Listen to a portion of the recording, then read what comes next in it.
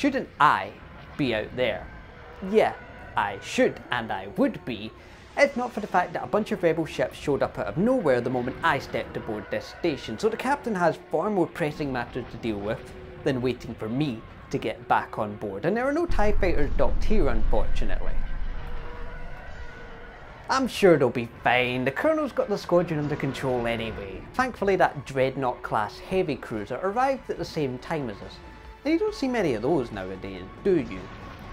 So you know what, since that can't be of any use out there, why don't we talk about that very ship model, and why you Admirals need one in your fleets.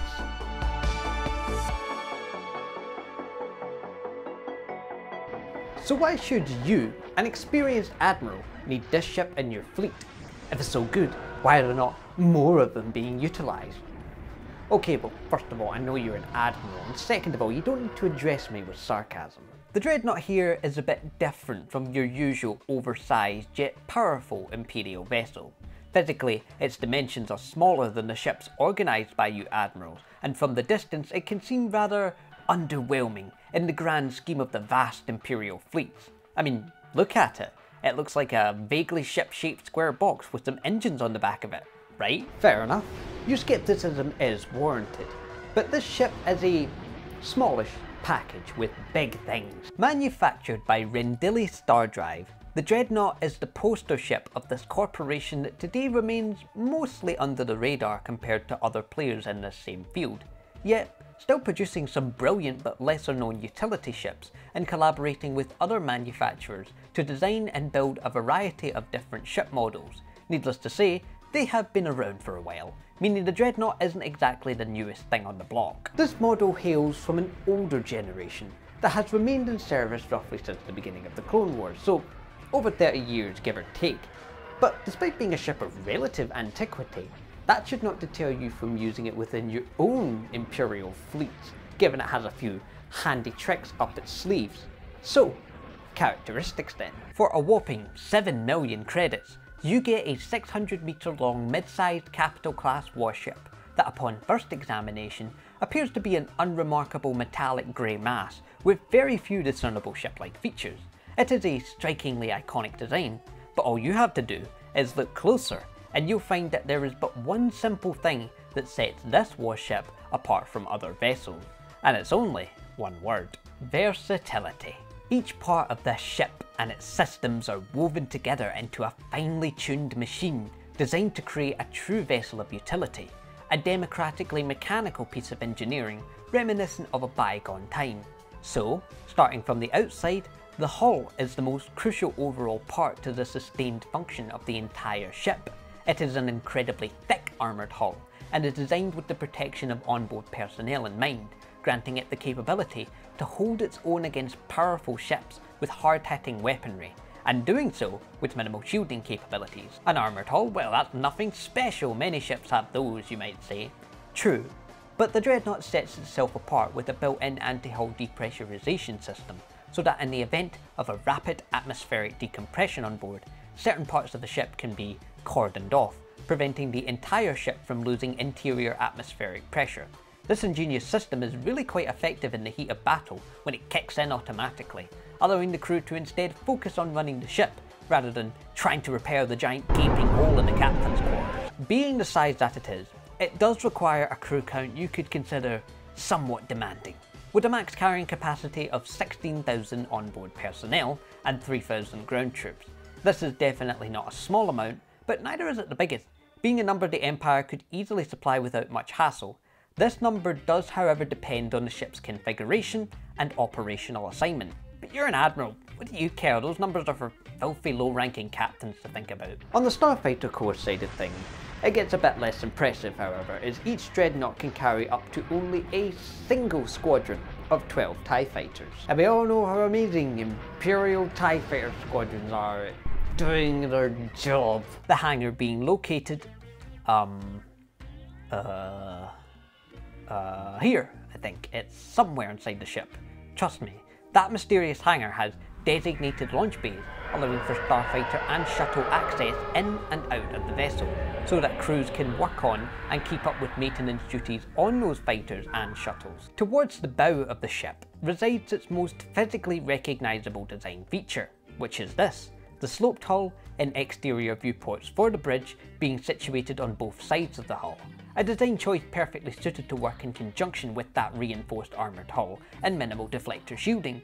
This ensures that the vessel's nerve centre is so much harder to take out, as it is buried deep within the ship and requires careful planning on the part of enemy ships to hit and destroy. Towards the engine bay, you'll find 12 sublight engines, 6 smaller outside ports and 2 larger central ports, 12 in total, making it one speedy ship when traversing at sublight speeds, allowing it to outmaneuver most enemy ships within its size range.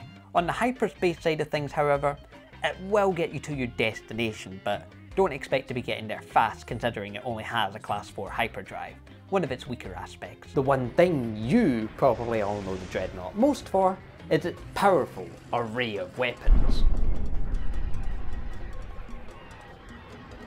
Sporting 10 heavy laser cannons, those are the big ones, 5 on the port and starboard, 20 quad light turbo lasers and 10 twin medium turbo laser batteries. And if we remember that one simple word, versatility. These weapons can be configured into any arrangement of your choosing, whether you want to deal with enemy fighters, hit hard against capital ships, defend with a mix of weapon types, or go guns blazing on a full offensive. There is plenty of choice of when it comes to weapon variations you can choose depending on what situations, making it a ship most enemy vessels will have to go up against with great caution, as it can easily tear them apart. Those guys out there are configured to go up against capital ships. They're getting on by. This is the beautiful thing about the Dreadnought. It can adapt to most situations, which for a ship of its size is not common, as most capital class ships in the Empire, the Rebellion and even the galaxy at large on the warfare side of things are made mostly to serve that single purpose of frontline large-scale assault and defense operations, with the Dreadnought being capable of partaking in operations that most admirals would consider far more specialised, serving as a real workhorse of the Imperial fleet. But where it excels truly is as a support ship.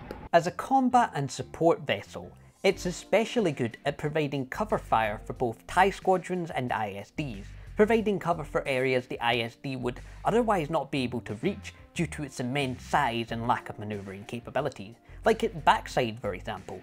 This extends to enemy fighters, keeping the pest from overwhelming and becoming too much for the bigger ships to handle. While it may not have the carrying capacity of the bigger ships, it more than makes up for that with its status as a support vessel, easily transporting Imperial goods forward and back to each Imperial front line of the war, continually topping up the troop count and supplying them with all the daily essentials needed to keep them in tip-top shape when fighting against rebel forces. The Dreadnought here is also favoured for its planetary occupation capabilities, moving great numbers of troops to fill out the different garrisons both in and out of active war zones, with enough space to carry both troopers and the military equipment they need for any large-scale offensive and occupational operation. So, as you can understand, this ship type has found its calling in all sectors of both the Imperial Navy and Army's missions, and that's simply why you need it in your fleet. There is no area that it doesn't do well in. It's also brilliant for galactic patrols, as it's big enough to enforce Imperial law in zones of lawlessness, but not so massive that its size is a hindrance, meaning all the criminals, smugglers and pirates can no longer just be like, hey yo, that Imperial ship is unreasonably massive, slow and will never catch us if we just go into hyperspace, so let's hit the next few systems over, you know what I mean? As of recently, the Empire has given some of these ships the old Imperial style makeover, and this is what it looks like. I don't hate it. It is of course very angular, that's pretty standard of our usual style here in the Empire, but is it any different? No, its appearance has just been modified, that's all, but if you hate it then you'll be pleased to know that this version is quite rare. But its non-Imperial version is also getting rarer to see in action, and for one reason. As I said earlier, these ships are old and getting rarer by the day, with the parts needed to repair them becoming more scarce. So then, what is the ultimate fate for these ships? Simple. At some point you won't see them on active duty as they become too expensive to maintain, repair and keep battle ready, as misallocation of funds is the last thing the Empire needs to worry about right now, considering we spent it all on that giant death ball. Okay, I'm gonna need to find a TIE fighter right now, otherwise the captain will kill me. Literally, with a blaster. So, let's end this. To the fleet admirals watching, if and when you can, scour what shipping manifest you can find and nab yourself a couple of these Dreadnought Class Heavy Cruisers. Because let me tell you, these are reliably tough ships that you will absolutely not regret having in your fleet. So, to start your journey into the Empire today, please leave a like, comment, subscribe, and with that, long live the Empire and may the Force be with you. Okay, I gotta go.